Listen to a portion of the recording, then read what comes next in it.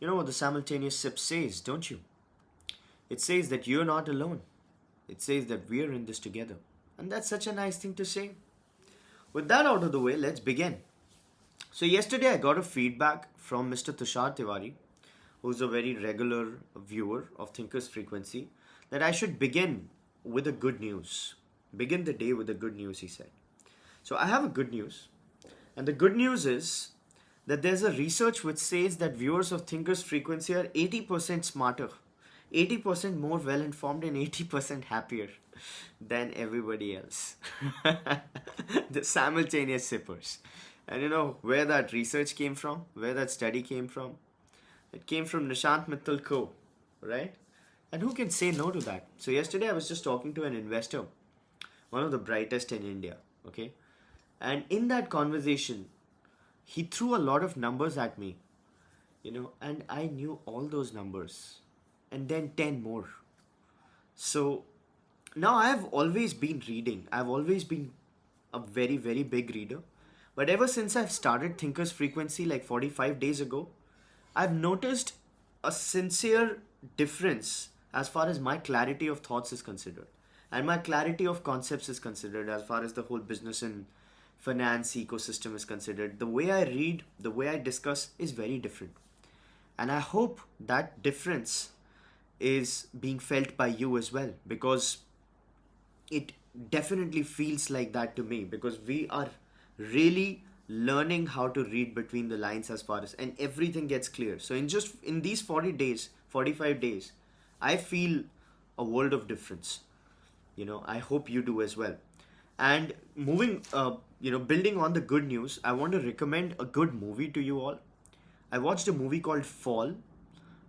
It's an indie movie, which just blew my mind for the simplicity that it was made at.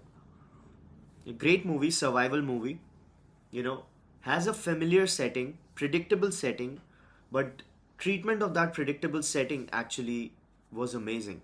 And the business of that movie was just made in $3 million. Okay?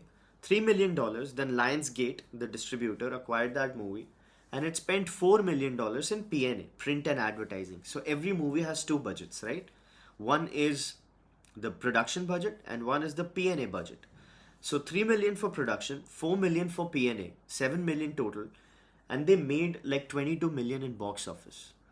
Then come rental, then come streaming, then come broadcast. So everything said and done, the movie was like at a budget of 7 million, they might have made like 15 million in 2 years, right? So they doubled the money. That was movie business in nutshell before the entire production game became all about scale, So that's what Mr. Woody Allen said, that movies were supposed to be small projects. People made movies. Now, if it's a small movie, if it's a $3 million movie, it's not a big risk, right? It's not a big risk. But then the director has all the creative freedom. The director has everything that they want to do as far as making that movie is considered. So they put their best. It's a product of art. So if you lose, you just lose 3 million, right? But if you win, you can double or triple your money. And when you make 10 of such movies, 100 of such movies, let's say, you are giving 100 different products to people, which people may or may not like. But people get choices. Directors get new creative energy. New talent gets hired. Everything gets okay. And then you get, out of those 100, let's say 60 good movies or 15, 20 good movies. That is movie business, the beauty of it. But what happened then, as Mr. Woody Allen explained, was that some management guy came along, some MBA, and they said, let's not make 100 movies with $3 million each. Okay? Let's make one movie of $300 million. Right? Now, what happened with one movie getting made for $300 million is that movie turned out to be shit, right? Because that became too huge a risk, like very big risk.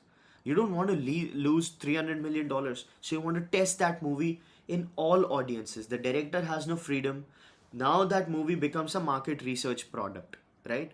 Now everybody needs to verify if this wage group, if this demography is in this geography, is it working, is it working, is it working? So the director doesn't have any art value.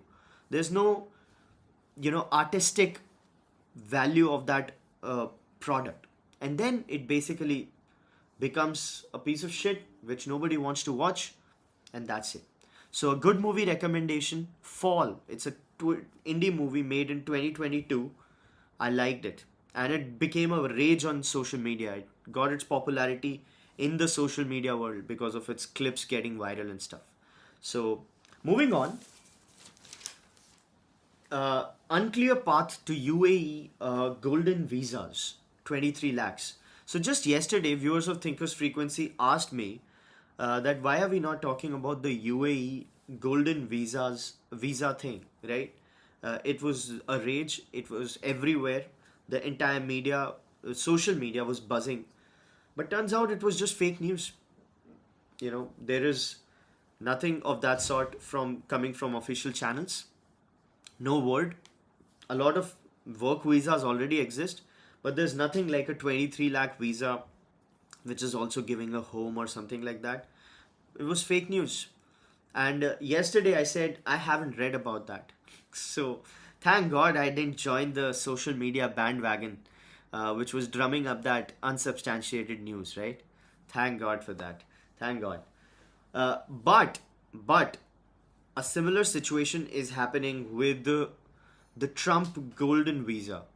You remember the Trump administration was thinking about a $5 million visa for ultra high net worth individuals, and the reason why they wanted to come out with a $5 million visa was Mr. Trump said, let's say if there are 5 million visas, okay, I'm sorry, $5 million visa, and US is such a destination that it can attract people because EB5, the current investment based immigration method to US, takes about 700 800 thousand dollars in investment, and then you get the US path to citizenship, so to speak. So you invest 700 800 thousand dollars in EB5, and then whatever happens.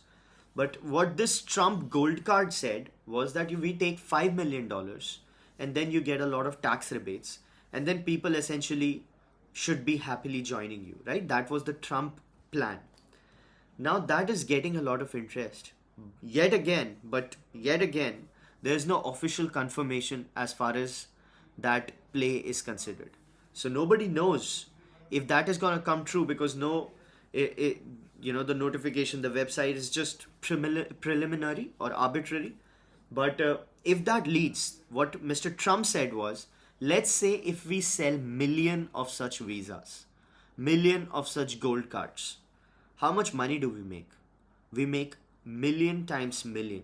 How much is that? I guess $1 trillion. Yeah, I guess $1 trillion, right? So essentially, American government looks at making $1 trillion, which cuts its deficit and so on and so forth. So viewers of Thinkers Frequency would know that American political ecosystem or American economy is hanging on the thread that there's a lot of deficit that is being crept upon, and if that deficit spiral isn't stopped, America might just go bankrupt, says Mr. Elon Musk. And if that happens, everybody's screwed, right? So that has been the bone of contention, and Mr. Trump, as a solution to that, has offered one of those things. So the Dubai visa or UAE visa might just be fake news, but the Trump gold card is yet to prove itself like that. Moving on, a mini trade deal with US on horizon to close in phases. So viewers of Thinkers Frequency would know that US has deployed a very strange but effective tactic of dealing with countries as far as the trade deficit is considered. So US earlier was trying to make deals. Mr. Trump, the team Trump was trying to make deals. They gave them deadlines after deadlines and so on and so forth. But now the deal is, congratulations, you're getting the bill. Congratulations, here's the bill, you're paying 25%. Congratulations, here's the bill, you're paying 50%, and so on and so forth, right? And that is pretty much set in stone. So August 1, you pay the bill. or you sign the deal before that. And after that you're paying the tariff. We're not interested. But no, we're not interested. Yeah, we can sure talk to you, but this is happening. So that particular trade deal pressure is on India, but the Indian government says that they're not under any pressure. This deadline thing doesn't work on them. They are negotiating on national interests, which is what they should be saying, and they are very right to do that. However, that trade deal is actually moving forward and it might just move in phases. India, by the way, is one of the very big beneficiaries of this trade deal, because if you look at the tariffs which are being applied to Indian competition, okay, who is India's competition as far as the export market is considered? China is India's competition.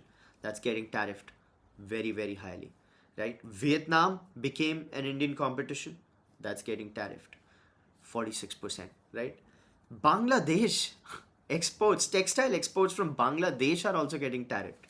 That means Indian textile exports guys will just benefit a lot, right? Because Bangladesh textile exports did a lot of work, but they're getting tariffed. Who else? Who else? We covered Vietnam. Indonesia is getting tariffed. Even Japan's auto parts are getting tariffed, right? So India, in comparison, is it comparison or comparison? It's probably comparison. But India, relatively, is in a better position. So let's see how this trade deal uh, moves on, right? Uh, Speaking of trade, NPCI, that's National Payment Corporation of India, they've done a lot of good work, right? UPI has worked and RuPay cards have worked. Now they're actually talking about RuPay cards, bringing RuPay cards uh, to the credit cards scene. They're basically uh, being rivals to MasterCard and Visa. And this was a long drawn strategy. The first time I read this particular strategy of building RuPay cards as an alternative to MasterCard or Visa was back in 2017, right? 2017 or 18, because they were incentivizing RuPay cards, a lot of waivers, a lot of incentives, and so on and so forth. And now we are getting closer to that dream, that having RuPay as a valid alternative to MasterCard and Visa, right? How would that be, by the way? That's nice, right? And a lot of flux that RuPay cards actually got were because of integration with UPI, right? So that sort of build an upward spiral, and that's working. Speaking of upward spirals, it seems that beauty products, India is importing a lot of beauty products. So clearly, I'm not a customer and I'm not qualified to talk anything about uh, beauty and beauty products. However, makeup imports have doubled in the last 5 years. Doubled in the last 5 years. So that's basically like 12%, 13% CAGR, right? If something is doubling yeah, it's 11 to 13%, somewhere in there, CAGR as far as 5 years is considered. Straight, 5 years straight. So that's huge. That's huge. That's not good for the Indian, you know, uh, import export situation, but Indian trade deficit. However, that's probably good news for people who like these things. So the numbers are: import of makeup and skincare products rose to 172 million in FY25 from 80 million in FY20. So, of course, people who are making these products are bullish on the entire Indian play, and let's see how this market develops, right? We worked with a company, basically a Thailand based beauty company, with their go to market in India. So, we did a lot of market research. My first company, Testament, we did a lot of work. So, we understand how this is happening, and we've seen it in close quarters. It's a pretty interesting play. India Brazil to expand defense counter terror partnerships. Modi conferred Brazil's highest civilian award, Grand Collar, and so on. So, trade ties are looking at defense as a very big So, viewers of Thinkers Frequency would remember we talked about how Argentina was looking at tying up in as far as defense is considered, right? Argentina wanted drone tech to come from India. Now, Brazil is moving forward in that direction. It's basically looking at acquiring defense products from India, which is great because at the moment, India Brazil trading partnerships is not that huge, right? It's in 2024 2025, the trade reached $12 billion. So $12 billion is not a lot of money. However, if defense products are, strengthened, that particular bit is strengthened, we might just be looking at a real fillip as far as that direction is considered. Speaking on defense, there's another news which is really doing a lot of wonders, which is CDS flagging that it's difficult to say how much China helped Pakistan. China, Pakistan, Bangladesh convergence. Are you keeping up with the sips? I'm sure you are. So there's an unholy alliance of China, Pakistan, and Bangladesh as far as defense is considered, right? So viewers of Thinkers Frequency would remember uh, CDS, Chief of Defense Staff, Mr. Anil Chauhan, General Chauhan, yeah. He really embarrassed India when he talked to Bloomberg and said that it doesn't matter how many jets were downed, it matters why they were downed and what we did after they were down. So that led to national embarrassment and some real problems as far as positioning of the Indian, uh, you know, story is considered. However, and then Mr. Rawat also said that we don't know. There's no proof that China actually helped Pakistan. However, his deputy, Mr. Anil, uh, he said, Lieutenant General, I guess, he said that China definitely helped Pakistan as far as inputs are considered. They definitely helped. Now, Mr. Chauhan is now talking about yes, it's China definitely helped, but it's difficult to say how much China helped Pakistan and Bangladesh as far as the whole Operation Sindoor is considered, because Pakistani equipment basically comes from China and America. So we never know where this came from. Now, the way to look at this is basically India recognizing what's happening as far as the defense ecosystem is considered in these three countries. As far as narrative is considered, if we just ignore what's happening, if we just try to position that no, China didn't help and so on and so forth, that means that our actions and policies will have to follow those words, right? And that's not a good news. But now that this is particularly coming to light, that China, Pakistan, and Bangladesh is essentially an alliance against India militarily, what does it mean? It means good news for the Indian defense sector. It means heightened investments, heightened policy support, heightened private involvement in the Indian defense sector. And that's great news. That's great news, right? So, moving on. A lot of political chit chatter happening, which we won't discuss. What's the only thing more complicated than business and finance? What's the only thing more difficult than business? Like starting a business, becoming an entrepreneur, making products, fresh products, new products, driving some innovation, that's very hard, right? That's extremely hard. That takes a lot of work, that takes a lot of effort, risk. But you know what's harder than that? The only thing that is harder than that is politics. The world of politics is just too hard. It's just extraordinarily hard, right? Mr. Perspective says Chinese media had put out that it was the first time their defense tech was tested against India. They seem to be quite happy about it. Yes, absolutely. So, Mr. Perspective, you're right.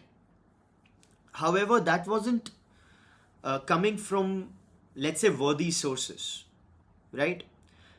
When China said that India was dallying that particular position, India was not making it seem like China is directly involved, because that's a very, very difficult narrative to manage, right? Let's say you find out that Turkey was helping, Turkey was operating drones against India in Pakistan. So you ban Celebi, which was the airport handler, right? Celebi, viewers of Thinkers Frequency would remember. Celebi used to be managing the airport handling. Now they've been banned because of security clearances. What do you do if you know that China is also part of it, right? What do you do as far as that is concerned? This particularly means that China laid the second war after 2022, 2020, the Galwan War. It's basically China fronted war, right? Now, if you follow that narrative, what can you do about it? That's a very, very difficult narrative to manage. So, India was until now not acknowledging that firsthand. But now it is. Now it is. Which means a lot of action will also follow. Right? Not military action, but investment action as far as defense is considered.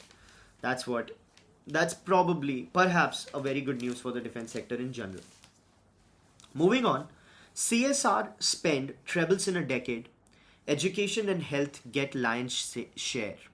So CSR is corporate social responsibility. Corporate social responsibility is essentially the norm which has companies investing in social projects 5% of their cumulative profits in the last 3 years. If their annual profits are higher than 5 crores, their revenue is more than 100 crores, or their net worth is more than 500 crores, right? Annual turnover of 1000 crores and net profit of over 5 crores. So again, companies with net profits of over 5 crores, revenue of over 1000 crores, or net worth of over 500 crores are mandated by the government to park 2% of their average yearly profits of the last 3 years. So 2% of your average yearly profits for the last 3 years are supposed to be parked in a CSR project, right? And a lot of CSR projects happen. A lot of companies do really, really good work. Like JK's did a lot of great work. Tata's have done a lot of great work, and so on and so forth. And those CSR initiatives define how those companies look like, right? But what the report is saying is that overall spend in 2023 and 2024 was 34,900 crores. That's 35,000 crores. And 35,000 crores with prominent categories being education and healthcare and animal welfare seeing a fillip. So education gets like 25%, healthcare gets 34%, and healthcare gets 20% now, education gets 34%, and then animal welfare and so on and so forth. Earlier, education used to be getting 25% and healthcare used to be getting 18%. So education and healthcare are essentially at the top of CSR. But total CSR spend being 35,000 crores. So is 35,000 crores 2% of all the companies generating net revenues of over 1,000 crores? Well, that's a math, because not all companies work about CSR in a most honest and forthcoming way. So, but we should be happy about this norm, right? Some companies go out of their way to actually do a lot of CSR projects. Anyway, moving on. Road Ministry may begin rating companies making DPRs. So DPR is basically a comprehensive blueprint for road construction project, everything. So Road Ministry, because India is facing a lot of problems as far as quality of the roads is considered. National highways are still doing better. However, local contracts which are at state level or district level, roads are really, really getting scrutinized for being bad quality. So basically they are trying to bring a rating mechanism and banning companies below a certain rating. But this particular scheme or versions of this scheme have been implemented many times before. Nothing has come out of it. Let's see how this particular thing moves up. However, what must be said that India is doing an extraordinary job as far as speed of highway creation is considered. Highways are getting built at the speed of light. We used to make some 10, 11 or 9 kilometer per road 10 years ago per day. Now that number is over 20, reaching 30. And the dream is to make it go up to even higher numbers. So 20 kilometers per day of highway. That's just extraordinary, right? There's a saying which goes like, a road has the answers to everything. So if you make a good road, you will be able to bring the logistics cost down. If you bring the logistics cost down, you're gonna bring the cost to the final consumer down. If you bring the cost to the final consumer down, you'll be able to get more consumption, and so on and so on and so on. So a road has the answers to everything. Let's see how this particular rating move helps, right? Income tax dues are getting collected, 20,000 crores. That's bad for people who had to play, right? Outstanding income tax. So we never know how that particular thing functions. Moving on.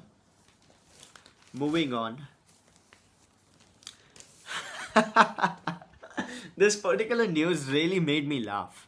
It really made me laugh. You know what? Ex-Prime Minister of UK, Mr. Rishi Sunak, has joined Goldman Sachs as a senior advisor.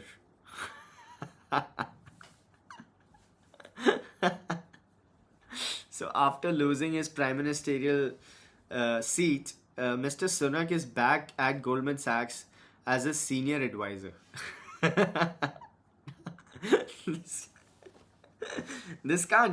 This is just extraordinary, right? But gotta feed the monkey, especially when your father-in-law is Narayan Murthy sir, right?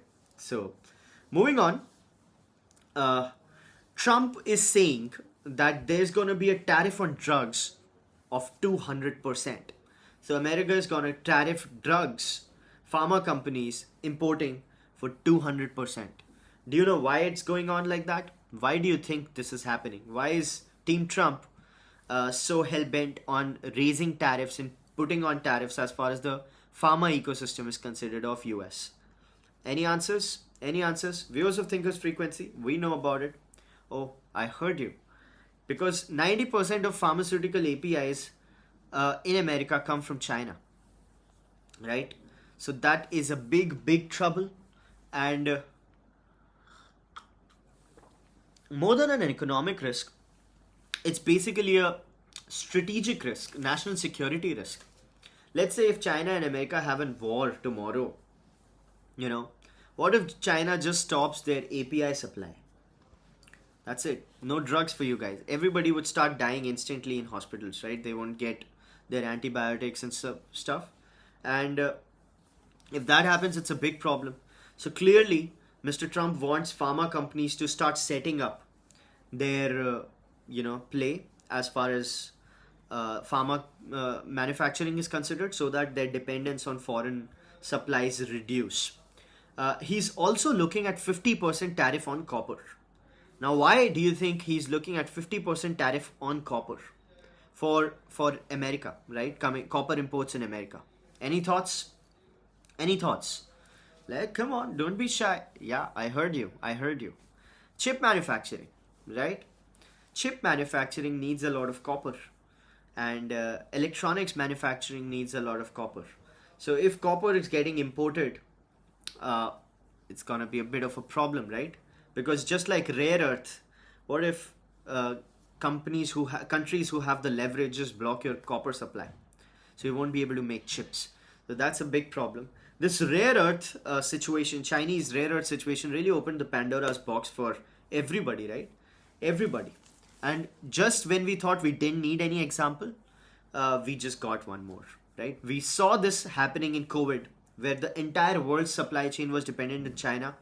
And we thought now it's going to be a different scene, because now countries are going to be looking away from China.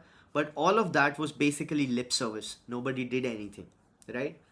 But Trump is back, and it's serious. US to send more weapons to Ukraine. So Russia has been demolishing Ukraine lately. And Russia is not looking at a peaceful resolution anytime soon. It just wants to go for the end. As far as Ukraine is considered. Apparently, Trump is not happy with that, because he thought that Iran and Israel conflict could be dealt with, Israel and Gaza conflict could be dealt with, and he'll also be able to solve the Russia-Ukraine issue. He said that, and I'm going to be able to solve it within days, but it was more complicated than that. So now US has no leverage against Russia, right? Because they already sanctioned Russia to the maximum, right? Whatever sanctions US could have put on Russia, it put them on, right? With sanctions go all your leverage. Like if you've already put in sanctions, what can you do? So you can send weapons, right? You can keep the conflict on, which is what Trump didn't want to do. So Trump tried stopping Ukraine's money supply, stopping Ukraine's weapon supply, saying that we are willing to stop if you're willing to stop. But Russia says that we have other plans as far as Ukraine is considered. These guys need to be punished. And now US is back to sending more weapons, more drone interference, more surface to air interference, and so on and so forth. This means that Russia-Ukraine conflict essentially is not coming to a rest. So this brings us to another discussion on the American right. American right, I mean the political right, of course. So American right was divided about America getting involved in the Ukraine conflict. So one faction said that we should not get involved in this particular conflict. Ukraine is not our problem, not our problem at all. But the neocon establishment, neocon is called the neoconservative establishment of America, they said that no, we need to get involved. We need to protect democracy of Ukraine. Then the other segment of right said, what democracy? Ukraine is the most corrupt country in the world. And this particular president has jailed the political opponents, has no freedom of speech. The media is getting controlled. What democracy? You should not get involved as far as Russia and Ukraine are considered. This happened, but by then, Trump went out of office in 2020, right? So he was booted out. Now, when he was booted out, till the time Trump was there, 2016 to 2020, no Russia-Ukraine conflict happened. Russia didn't attack Ukraine. Whatever attacks Russia did on Ukraine, they were done on Barack Obama's time, not on Trump's time. But then Trump went out, and then Russia and Ukraine conflict went full ballistic, right? It just went crazy. It's been 3 years, and that conflict is on, and now it's hard to get out. It's hard to get out because how do you get out?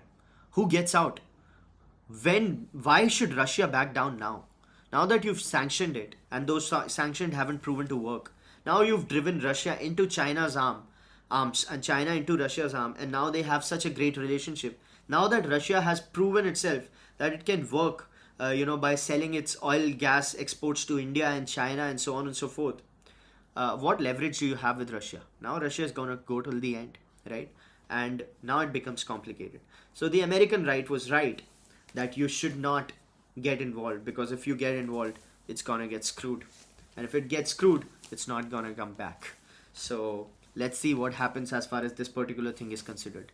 Now, this is the only geopolitical overhang which is causing trouble for the global economics and finance, right?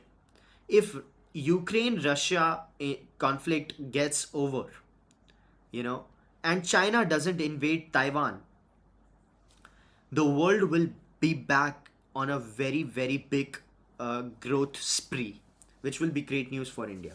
So let's see, let's hope, let's figure out how that happens and when. I already told you about the tariff situation. China's car sales have hit a record high. Did you know about that? China car sales have really gone crazy. They've really gone crazy. Why? Because China gave a $2,800 rebate for newer model cars. 70% of people who bought cars utilized this particular incentive. $2,800. How much is that? $3,000 should be $1,000 is 80,000 rupees, right? Yeah. So 2.5 lakh rupees. So basically they got a 2.5 lakh rupee rebate by the government to buy, and a lot of people actually bought cars. So June is typically a slow month for China because the weather starts getting warmer there apparently. And Last month they bucked that trend. Retail vehicle sales touched 2.1 million in June, a 7% increase from previous June of 1.9 million. 2.1 million. 2.1 million is essentially half the cars that India sells in a year. India sells 4 million cars in a year. China sold half of them in just a month, right? Crazy, right? Crazy. Crazy. Moving on. Relief for Delhiites. The fuel deadline on older vehicles extended to December or November. I don't think it's gonna work out. I don't think they'll be able to implement that particular scheme. They just got a lot of backlash on social media. People are gonna come to the streets, man, if you take their cars away. Just because they're old. There was a meme, a very funny meme, where a person, they said that Delhi has reversed its ban on 15-year-old cars. And then there was this, I don't remember that movie, and a very old Bollywood movie, Sunny Deol movie, uh, with Amrish Puri. I remember the story of it, but I don't. There's a little kid who's bald and who has little choti in the back, and he's making a very angry impression. And over that, they said the guy who's just sold his Mercedes for 2.5 lakh rupees. So that was a big problem. But apparently, I don't think they're gonna go ahead with that particular bit, right? Moving on. Jane Street says that SEBI order reflects misunderstanding of standard hedging practices. So Jane Street says that SEBI doesn't understand hedging practices. These scumbags, man, these unbelievable scumbags. They're saying that SEBI, they don't understand standard hedging practices. Now SEBI says that this is wrong. This is patently false. We do understand standard hedging practices, and you indulged in manipulation. Now, viewers of Thinkers Frequency would remember we had a very, very deep explanation as far as the whole Jane Street operation is considered. You want to run again? You want a revision of that particular thing, how they did that? If you want, I could give it to you. Just write in comments, right? And I'll explain exactly what happened. Otherwise, you might already know because we've discussed this in very, very great depth, right? Okay, so somebody wants it. Yes, Mr. Perspective says yes. So I'll tell you. So Jane Street, essentially what it did was, it bought a lot of bank nifty kind of stocks, and index and so on and so forth. Okay, and they targeted expiration dates. Expiration days are the highest volatility, highest highest consequence days for these particular. So they are weekly and monthly expiration days, and which basically sets everything right for the market. So what they did was, they essentially in the morning they start buying these stocks and the futures as far as this particular bank nifty, let's say, is considered. So bank nifty has HDFC and Axis and so on and so forth. So they start buying this stock, and since they have so much of capital might, these stocks in this index starts rising up. Okay, so when it starts rising up, and when their futures and essentially reach the cliff, they basically in the afternoon, they just start selling it. They essentially sell their call options and buy put options. So when you sell call options, it essentially means you're shorting it. When you buy put options, it essentially means you're shorting it, right? So you bring it up, close it here, then sell it, all of it, and then all of your call options and put options, they materialize, right? So they build it up, the momentum takes up, all of the retail investors also start buying because they see the technical thing going up, and then it in the afternoon it sells and everything crashes, and by the end of it all of their puts and calls are fructified, and they make a lot of money while this happens, right? So this is, and the beautiful part which Jane Street guys did was that the losses that they booked were in the India unit. So the people who bought those initial shares and the futures and so on and so forth, they those were the India unit, but the real profit of the call and put options were the Singaporean units. So whatever money they made, it was not taxable because they made it on their Singapore unit. So that's what Jane Street essentially did, and SEBI caught them, and now they're saying that this is standard hedging practice, which is not true. So I hope that explanation has worked for you properly. $4 billion in 2 years. That's crazy, right? $4 billion in 2 years is extraordinary amount of money, right? So anyway, textile stocks rally after US hikes Bangladesh garments. And I told you, that's what happens. So when you talk about it, uh, uh, by the way, just yesterday there was a report that retail investors lost like 1.05 lakh crores. That's over 12 or 14 billion dollars just last year in the future and options play, right? 1 lakh crore, 12 to 14 billion dollars. Now that is up from 75,000 crores that they lost previous year. But the government is saying we're not saying that these people lost all the money because of you, but you indulged in manipulation anyway. So that's what they're saying. What do you think about that?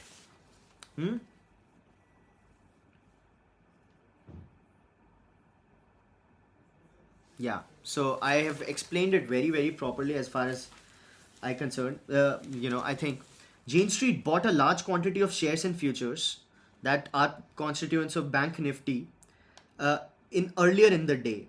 It was single biggest buyer, resulted index going up. Simultaneously, they sold Bank Nifty call options and bought Bank Nifty put options. That means they started selling the stock, shorting it. When a trader buys put options, he's betting the index will fall. Similarly, when they sell a call option, he's betting then the markets will not rise. So they started buying futures and the index. At the same time, they started shorting it in a big way. And in the middle of the day, they essentially sold it all. After midday, Jane Street started aggressively selling bank shares and liquidating bullish futures position that it had accumulated in the morning. So you buy, then you start aggressively selling, and then your calls and puts are already in place, right? So you sell and it crashes, and then you make money. This put downward pressure on bank, resulting in Bank Nifty call and put options bet turning profitable, and so on and so forth. So they made like 700 crore rupees a day with these 15 trading days, as found by SEBI. How crazy is that, man?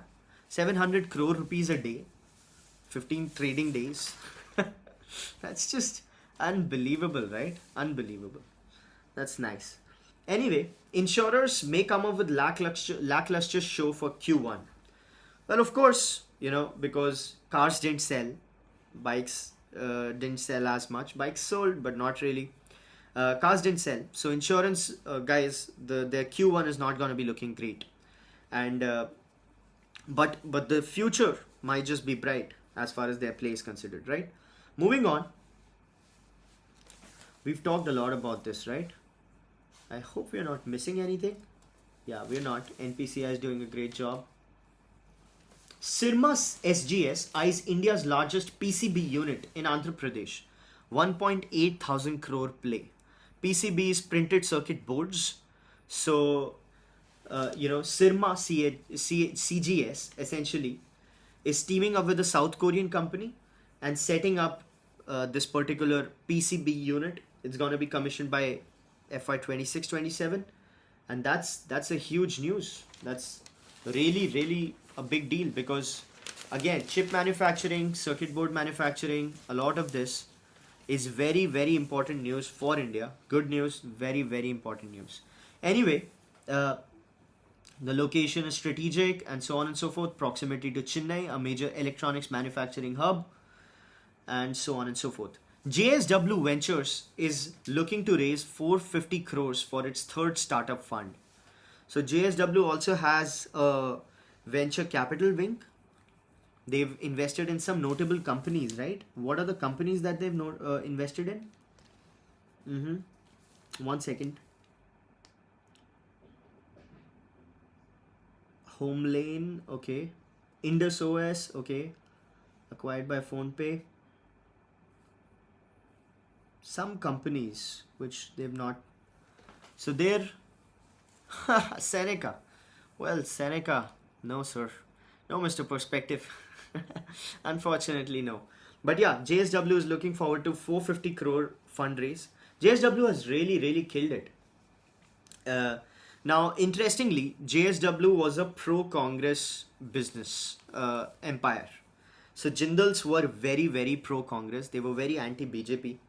And they had a very big fight with Z News. So you know what happened with Z News and JSW? So JSW did a sting on Z News. This is all alleged, by the way. You can interpret the story but it unfolded in public. So all of it is true. But the reading of the situation may be different, right? So JSW and Z News had some problems. Now JSW came with a sting saying that we are going to pay you something and you should run a favorable coverage of us. In that sting video, Z News said yes. Okay. Now JSW released that particular sting video saying that Z News is corrupt because their coverage works like this. Then Z News said that this was our sting on JSW. So we were doing a sting operation on JSW and they did a counter sting. But this was an act.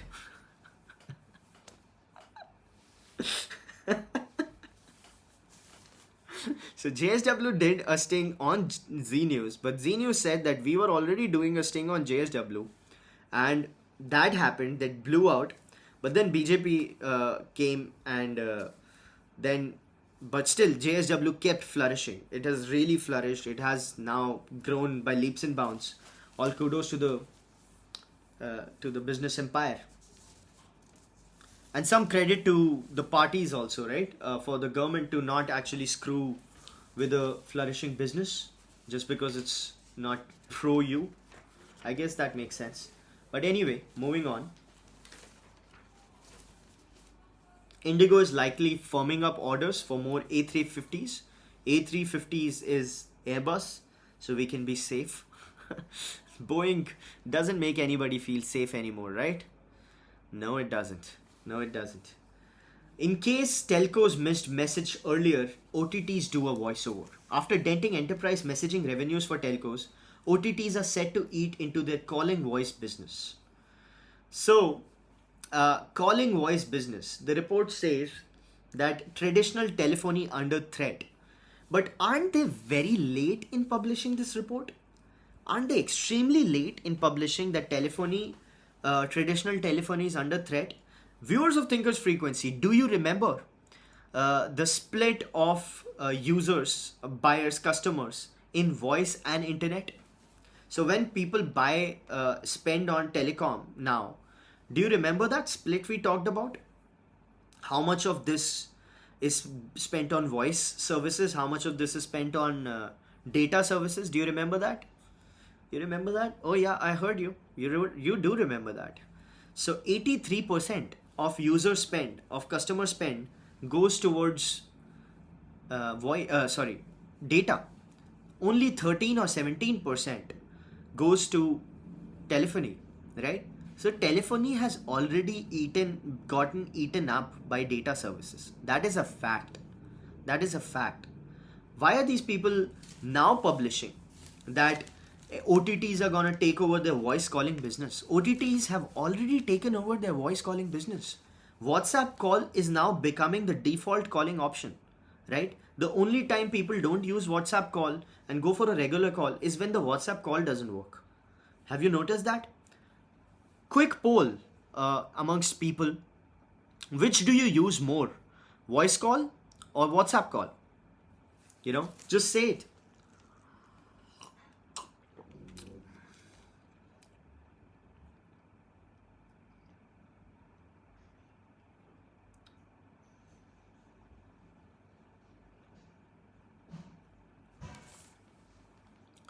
Yeah, so it is WhatsApp call, right? As guessed, because that's how it is. So now WhatsApp is venturing into voice call, and it's gonna really do a number on telecom operators, which have a perpetual problem of crying, right? National plan for key materials needed to secure EV future. Well, we've talked about this in depth.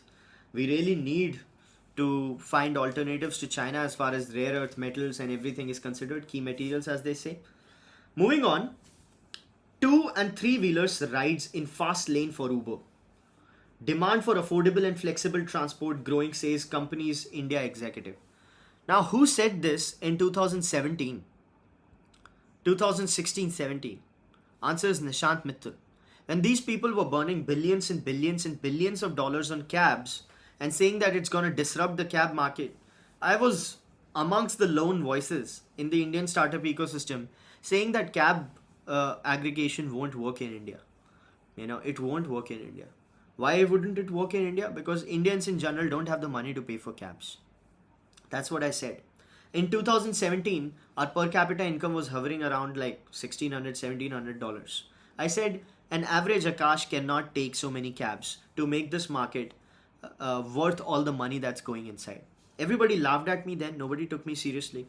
But then numbers started pulling in. And Uber and Ola cumulatively made like 30,000 crores in losses in all these years. Never made a profit in cars. Never even came to the profit in cars. And in 2019, when they started taking the incentives away from drivers and discounts away from customers, the entire market went on a toss. People started seeing really bad quality cabs. People started seeing drivers canceling cabs and so on and so forth. And that was my first viral article on LinkedIn back in 2020 or 21, I don't know. It got like millions of views. I wrote, why cab cancellation, why Uber and Ola drivers cancel cabs. So if you look at that, it's still huge. And all of what I had written there, it started making sense. A few years ago, later, Rapido became a worthy competitor. And Rapido, what it did was two-wheelers, right? Because two-wheelers people can afford. So no matter how much money you pour in, how much money you burn, you can have a bonfire of dollars, right? But if people cannot buy, it won't work. And now the cab aggregation market is in past tense. Now two and three wheeler rides in fast lane for Uber. So who was wrong? All the people, all the VCs, all of their consultants, all the billion-dollar analysts and so on and so forth. Who was right? Just a few guys, analyzing things for a hobby. How does that sound to you? Does it sound badass or what? Mr. Urmi Purani says, why in India VCs are only investing in IIT, IIM and invest less in tier 3 colleges or dropouts? Well, it's Mr. Urmil Purani. I'm sorry, I called you Urmi. Mr. Urmil, and Karnataka has banned two-wheeler cabs. You think India is more conservative than disruptive? Well, politics is very complicated. Asks Mr. Perspective. So the first answer to Mr. Urmil, the entire network of VCs and so Indian VCs, they started as units of US VCs. So they were not started as entrepreneurial projects. Like these people were not startup guys. So they were hired people. They were salarymen. And because they were salarymen, the people, they were very good product pedigree. So you have had all the IIT, IIM kind of people as far as the VC ecosystem is considered. Because again, they were salarymen running India units of foreign venture capital firms. So once they got entrenched and no entrepreneurs were, so Haldiram's didn't start a VC firm, right? Or let's say JSW came much later, JK's came much later. All these traditional businessmen who didn't have that education pedigree, they didn't enter the VC play. Who entered? Salarymen running US funds in India, and all of those were hired for their pedigree. Now when that particular thing happened, network effects started getting played in. Let's say if somebody is from IIT IIM, who is he likely to fund? His junior from his college, right? And that sort of started seeing, uh, you know, an upward spiral in this particular network. So somebody founds somebody is running a fund. He starts funding his friends, right? He starts funding his friends. His friends become big companies. They hire their friends in those companies. Now those friends start more companies, and they get money from their friends above. So that particular network became a very very solid network effect play, which is almost impossible to beat. So sad, but this is how it is. You know, moving on. But whatever they did, it didn't work out, right, in the cab market. And I take a lot of pride in being an honest, uh, person to have called it out before everybody else. Everybody else, American investors and all these desi returns used to talk to me like, I don't even own a car anymore. They used to fake American accent while talking to me. And I'm like, okay, you don't own a car anymore. I'll see how that turns out. And then I met that guy a year ago or 6 months ago, I guess, and I did like, do you own a car now? You know, or do you still not own a car anymore? Because when I talked to you back in 2016, 17, you told me that you don't own a car anymore. So this, I have a lot of bad things to say about these people, but anyway, moving on.